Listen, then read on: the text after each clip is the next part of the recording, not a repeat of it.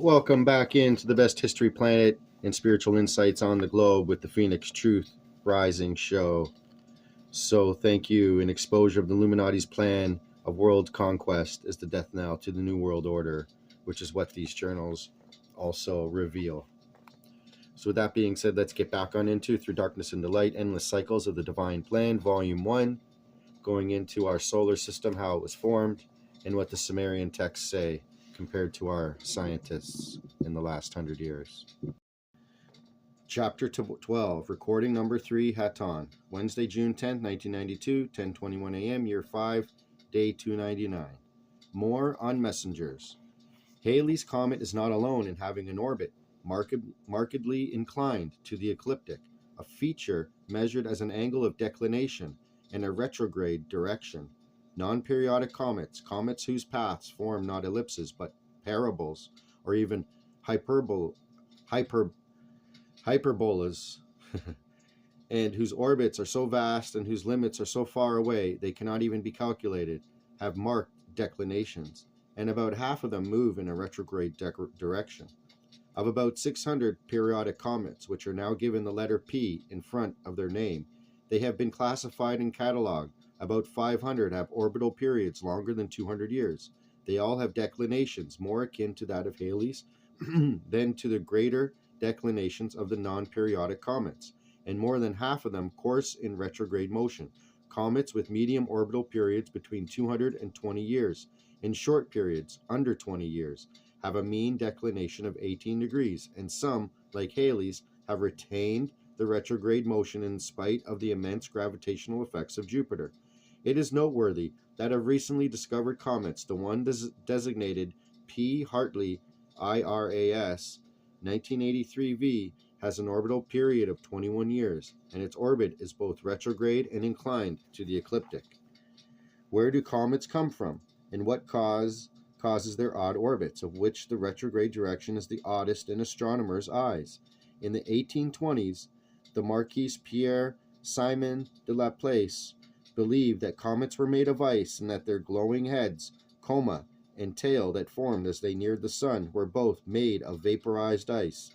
This concept was replaced after the discovery of the extent and nature of the asteroid belt, and theories developed that comets were flying sandbanks, pieces of rock that might be the remains of a disintegrated planet. The thinking changed again in the 1950s, mainly because of two hypotheses. Fred L. Whipple, then of Harvard, suggested that comets were dirty snowballs of ice, mainly water ice, mixed with darker specks of sand-like material. And Jan OORT, a Dutch astronomer, proposed that long-period comets come from a vast reservoir halfway between the sun and the nearest stars. Because comets appear from all directions, traveling prograde or anti-clockwise, retrograde, and at different declinations, the reservoir of comets, billions of them, is not a belt or ring like the asteroid belt or the rings of Saturn, but a sphere that surrounds the solar system. This OORT cloud, as the concept came to be named, settled at a mean distance, OORT calculated of 100,000 astronomical units, AU, from the sun. 1 AU being the average distance, 93 million miles of the Earth from the sun. Well, perhaps God just keeps them lined up, ready to fling off in the direction of planets needing discipline. Comets are wild cards. Because of perturbations and intercometal collisions, some of the cometary horde may have come closer to only 50,000 AU from the sun, which is still 10,000 times the distance of Jupiter from the sun. Passing stars occasionally perturb these comets and send them flying toward the sun. Some, under the gravitational influence of the planets, mainly Jupiter, become medium or short period comets. Some, especially influenced by the mass of Jupiter, are forced into reversing their course. This, briefly, is how the OORT cloud concept is usually stated. This, however, is not correct. Comets are the one starcraft system that can be totally controlled without consideration of any of those planetary restrictions. Until you can come into the realization of this fact, you cannot realize the changes destined to occur in your upcoming near future. But let us continue to look at that which is recognized in scientific circles. Since the 1950s, the number of observed comets has increased by more than 50%, and computer technology has made possible the projection backward of cometary motions to determine their source. This is proof enough that science is full of it. How could comets have increased by more than 50%? What has changed? One team at the Harvard-Smithsonian Observatory under Britton G. Marsden has shown that of 200 observed comets with periods of 250 years or more, no more than 10% could have entered the solar system from outer space. 90% have always been bound to the sun as the focus of their orbits. This is total hogwash, garbage in, garbage out. But then Whipple covered the assets a bit by saying, if we are really seeing comets coming from the void, we should expect them to fly by much faster than just 0.8 kilometers per second, which they do not. In other words, you don't really know a confounded thing about it, for sure. OORT questioned. Now comes the next bug-a-naboo. During the past few years, astronomers have questioned the simple view of OORT's cloud. Some still believe that the cloud exists, but the new results demand that they reconsider its size and shape. What are you to believe? I suggest that you start by considering possibilities of facts unknown to you or your scientist, and check out every messenger that is allowed to pass your way. The interesting aspect of the reconsideration of the OORT cloud notion is new data suggesting that comets, by the large, have always been part of the solar system and not just outsiders occasionally thrust into it. What makes this OORT worthy of note? Not his solution to the problem of parabolic and hyperbolic cometal orbits, and not the theory he had developed regarding other aspects of orbits.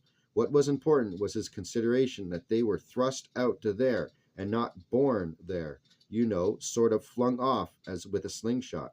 So maybe he warms up a bit in his suggestion that the main process now is the inverse one, that of a slow transfer of comets from a large cloud into short period orbits. But at the epoch at which the minor planets, asteroids, were formed, the trend must have been the opposite. Many more objects being transferred from the asteroid region to the comet cloud. It appears far more probable that instead of having originated in the faraway regions, comets were born among the planets. It is natural to think in the first place of a relation with the minor planets, asteroids, that are indications that the two classes of objects, comets and asteroids, belong to the same species. It seems reasonable to assume that the comets originated together with the minor planets. Summing up his study, OORT put it in this way: the existence of the huge cloud of comets finds a natural explanation if comets and meteorites are considered as minor planets escaped at an early stage of the planetary system from the ring of asteroids. Does this not at all begin to sound like the Enuma Elish? The principle of conclusion of these suppositions is that the comets originated in a sort of breakup event in the inner solar system. In all probability, it is speculated from your groups of wiser thinkers that it was the same event which gave rise to the asteroid belt and which produced most of the meteors now being visualized. Why? Well, they don't say so, but would it not appear that the same other bodies would be cycling at about the same time? It was speculated that it was less certain that the same breakup event may have also given birth to the satellites of Mars and the outer satellites of Jupiter, and it was then estimated that the breakup event occurred some 5 million or so years ago. There didn't seem to be doubt, however, that the breakup event took place in the asteroid belt. Physical, chemical, and dynamic properties of the resulting celestial bodies would indicate that a large planet did disintegrate where the asteroid belt is today located. But what caused such a large planet to disintegrate? The most frequently asked questions about the scenario is how can a planet just blow up? Your people simply don't have any answers. But the Sumerians have one, the tale of Tiamat and Nibiru Marduk, the celestial battle, the breakup of half of Tiamat, the annihilation of its moon except for Kingu, and the forcing of the remains into a retrograde orbit. Earth, Jupiter, bang, bang. As to the destroyed planet theory, there always comes a key criticism, the whereabouts of the planet's matter. When astronomers estimate that the total mass of the known asteroids and comets, it adds up to only a fraction of the estimated mass of the broken up planet. This is especially true if one estimate of the planet with a mass 90 times that of Earth is used in the calculations, which must be. Some such criticism has only had response that the missing mass was probably swept up by Jupiter. This called for an increase in the mass of Jupiter by as much as 130 Earth masses as a result of the capture of asteroids, including Jupiter's several retrograde moons, to allow for the discrepancy between the mass, 90 times that of Earth, of the broken up planet, and the accretion of 130 Earth-sized masses to Jupiter. Then Jupiter's mass can't hold true, since other studies concluded that Jupiter's mass had decreased some time in its past, and there simply is a lack of mathematical adding up. Rather than to first inflate the size of Jupiter and then shrink it back, a better scenario might be to shrink the estimated size of the destroyed planet. This is what the Sumerian texts have put forth. If Earth is the remaining half of Tiamat, then Tiamat was roughly twice the size of Earth, not 90 times. Studies of the asteroid belt reveal not only capture by Jupiter, but a dispersion of the asteroids from their assumed original site at about 2.8 AU to a zone so wide that it occupies the space between 1.8 AU and 4 AU. Some asteroids are found between Jupiter and Saturn, and recently discovered one, 2060 Chiron, is located between Saturn and Uranus at 13.6 AU. The smash-up of the destroyed planet must have been, therefore, extremely forceful, as in a catastrophic collision. That reminds me, 2060 Chiron. Chiron is the name of one of the symbols on astrology. They too take into account this, I believe, asteroid or small planet. How to back it up? What do you have to scientifically back this up? Not a bunch of, but some. In addition to the voids between groups of asteroids, astronomers discern gaps within the clusters of asteroids. The latest theories seem to hold that there had been asteroids in the gaps, but they were ejected all the way to outer space, except for those that may have been captured on the way by the gravitational forces of the outer planets. Also, the asteroids that used to be in the gaps were probably destroyed by catastrophic collisions. At least that takes care of having to locate them. In the absence of valid explanations for such ejections and catastrophic collisions, the only plausible theory is that offered by the Sumerian texts, which describe the orbit of Nibiru Marduk as a vast elliptical path that brings it periodically every 3,600 Earth years by some calculations back into the asteroid belt. The conclusions drawn from the ancient texts were that Nibiru Marduk passed by Tiamat on her outer or Jupiter side. Repeated returns to that celestial zone can account for the size of the gap there. It is the periodic return of Nibiru Marduk that causes the ejecting and sweeping. By the acknowledgement of the existence of Nibiru and its periodic return to the place of the battle, the puzzle of the missing matter also finds a solution. It also addresses the theories that place the accretions of mass by Jupiter at a relatively recent time, millions, not billions of years ago, depending on where Jupiter was at the times of Nibiru's perihelion. The accretions might have occurred during various passages of Nibiru and not necessarily as a one and only event at the time of the catastrophic breakup of Tiamat. Indeed, spectrographic studies of asteroids reveal that some of them were heated within the first few 100 million years after the origin of the solar system by heat so intense as to melt them. Iron sank to their centers, forming strong stony iron cores, while basaltic lavas floated to their surface, producing minor planets like Vesta. This, according to McGraw-Hill Encyclopedia of Astronomy. The projected time of the catastrophe is the very time indicated in other writings, some 500 million years after the formation of the solar system, based on the Sumerian information. Water, a crucial role. It is improving, however, as recent scientific advances in astronomy and astrophysics go beyond corroborating the Sumerian cosmogony in regard to the celestial collision as the common origin of the comets and the asteroids, the site of the collision where the remains of the asteroid belt still orbit, or even the time of the catastrophic event, some 4 billion years ago. They also corroborate the ancient text and the vital matter of water. The presence of water, the mingling of waters, the separation of waters, all somehow played an important role in the tale of Tiamat, Nibiru, Marduk, and the celestial battle and its aftermath. Part of the puzzle was already answered when we showed that the ancient notion of the asteroid belt as a divider of the waters above and the water below is corroborated by modern science. But there was more to this preoccupation with water. Tiamat was described as a watery monster, and the Mesopotamian texts speak of the handling of her waters by Nibiru Marduk. Half of her he stretched as a ceiling to be sky. As a bar at the place of crossing, he posted it to guard.